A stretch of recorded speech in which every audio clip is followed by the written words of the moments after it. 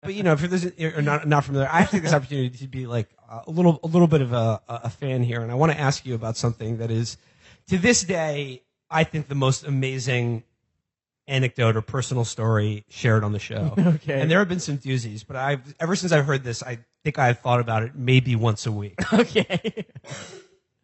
Could you tell us about how your grandfather bankrupted his family by buying hundreds of exotic birds that he kept in his house? Yeah, my namesake, Stavros Halkias, who I was named after, he was like a real dumb piece of shit, and he was like, all right, let me give you a little background on my family. So my mom's family is this like beautiful love story, like on her side of this family. It's like her mother's family was communist, and they had to flee Bulgaria. They fled to Bulgaria when World War II happened because communists were getting got. So they fled to Bulgaria, and then there was all these weird like border wars after World War II in the Balkans. And my grandfather was like in the Greek army, and he got caught after there was like peace or whatever. They closed the borders between Bulgaria and Greece. So at first he was a prisoner of war in Bulgaria. Then he got out and he just was stuck there. And he met my grandmother, and they fell in love, even though like it was her father's dream that they would, live in what he thought was going to be this communist utopia in Bulgaria, And so they like fled against their parents' wishes, and she like gave up everything. And she was like, she was like running his store, and she was like a star in the family and everything. And they fled from Bulgaria and like snuck back into Greece, you know what I mean? And like it was this beautiful like against all these societal and personal forces. Their love was stronger, and they like formed a family. And my father's side of the family, this Stavros Halkias, who I'm named after, him and his wife met because he lived in mainland Greece, and he was such a fucking idiot that his family, it was still arranged marriages, his family couldn't find anyone in mainland Greece to marry him. So they went to just these bullshit islands, They were like, all right, we're just going to go somewhere where no one knows how broke we are. No one knows no one knows what an idiot this guy is. And we're just going to trick someone into marrying him. And so he goes to the island of Lesbos, where my grandmother's from. Oh yeah. And he's supposed to marry, the firstborn daughter in this family. She takes a look at my grandfather and she's like, fuck no. I am not marrying this fucking idiot. And then her parents are like, well, fuck. I mean, you took this boat ride. You came all this way. Take our youngest daughter. And those are my grandparents. My grandmother thought she was going to watch her sister's wedding. And her sister was like, fuck this. I'm not marrying this idiot. And that was her husband. And then so this woman is just shipped back to Athens and has to live her life with this guy that was too bad. No one in all of Greece wanted him. Not even her sister wanted him. And they just fucking he gave her away as like a sorry you had to take a long boat ride consolation prize. And those are my dad's parents. So it was just like this horrible, loveless, they hated each other. And he wouldn't let her spend any money. Like if the lights were on in my grandfather's house, he would come through and fucking he was like, no, you're burning. This is costing me 7 cents. You can't do this. But what he spent all his retirement money on was buying exotic birds. He would rummage through the trash and try and sell trash for like to support his bird habit. And he would just buy exotic. I don't know where the fuck he found them in Greece in the 60s and 70s, but he would just spend all his money on them.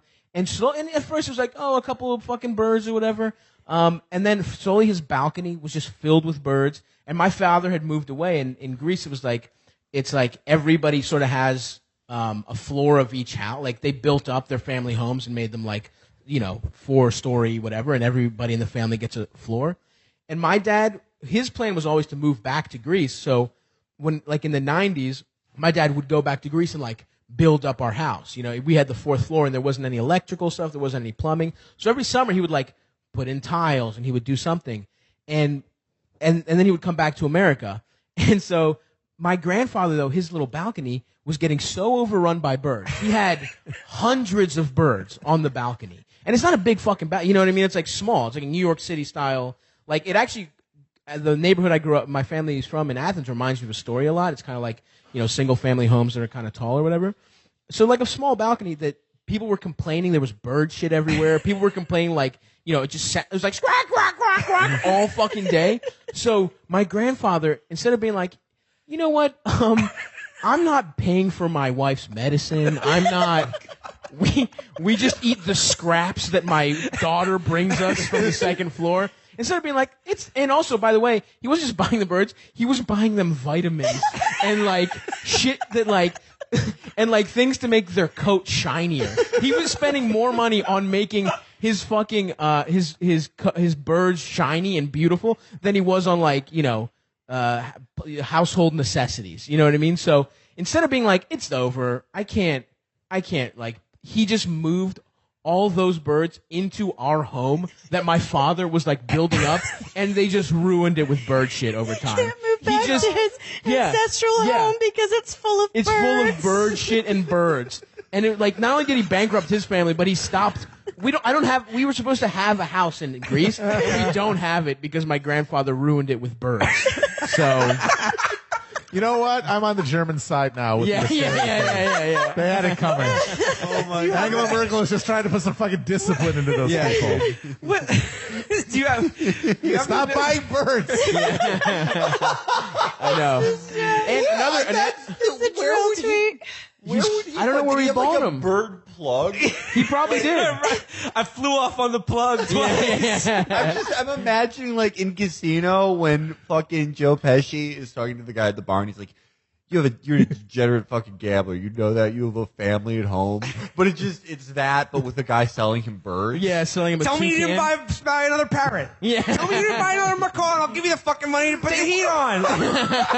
They weren't even big birds. You'd buy like little bullshit birds. They weren't even like a parrot or anything. cockatiel. And he was such a piece of shit because he'd be like, he would guilt my father about not moving to Greece, and then he would just like ruin the only way he could get to Greece with birds. Another fun anecdote about my grandfather is he was like addicted. He was a degenerate gambler, but just the lottery. He played the lottery. He played the lottery every day for like 50 years, and he won the equivalent of $300 once. You understand how bad your odds have to be to never win even like a minor jackpot? He probably Never. just spent it on birds. Yeah, he would have just spent it on birds. Stop. I think your grandfather was one of the first hot couch guys. It's like Bloodline. Yeah. bloodline. Yeah, Bloodline. it's like Yeah.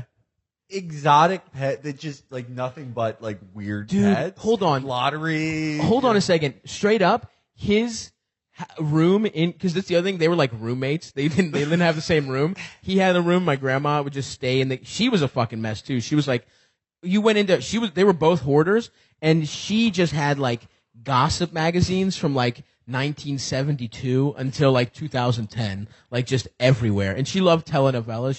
She was wild in her own.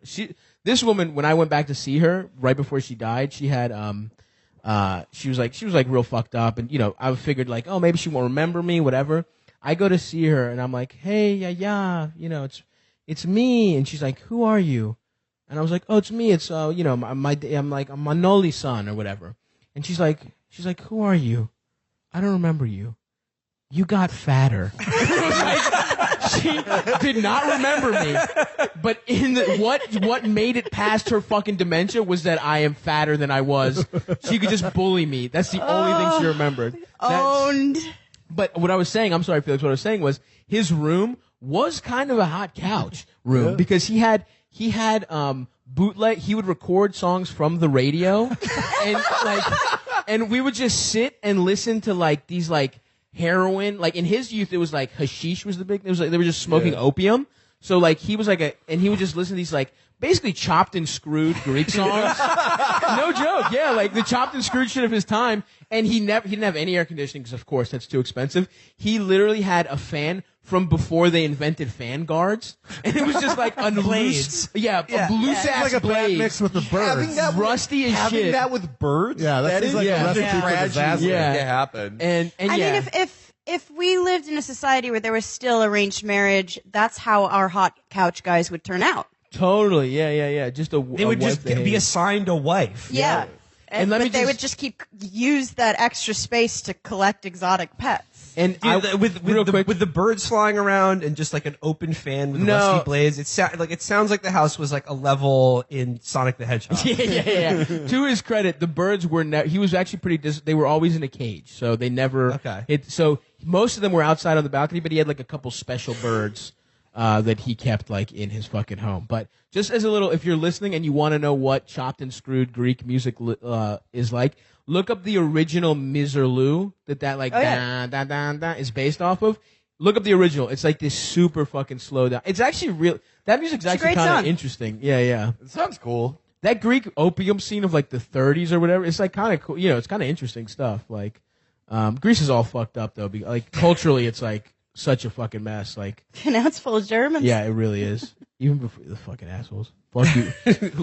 Fuck you, Angela. It is amazing though that the Germans, like, as Nazis, fucked Greece up so much, and now it's like, yeah, we're just gonna do it again. Yeah. We're just There's always zero gonna do this. memory. We're always gonna fuck this country up, Yeah. no matter what. Well, Greeks before all this shit loved Germans because they would like love to vacation there. Like there's always just fucking wild ass Germans just hanging out, fucking just like old German ladies, titties out, like just they're horrible like pot belly husbands with their little ass dicks in bikini like briefs like Black socks and sandals. totally shameless. They're pretty fun though. We get fucked up as hell.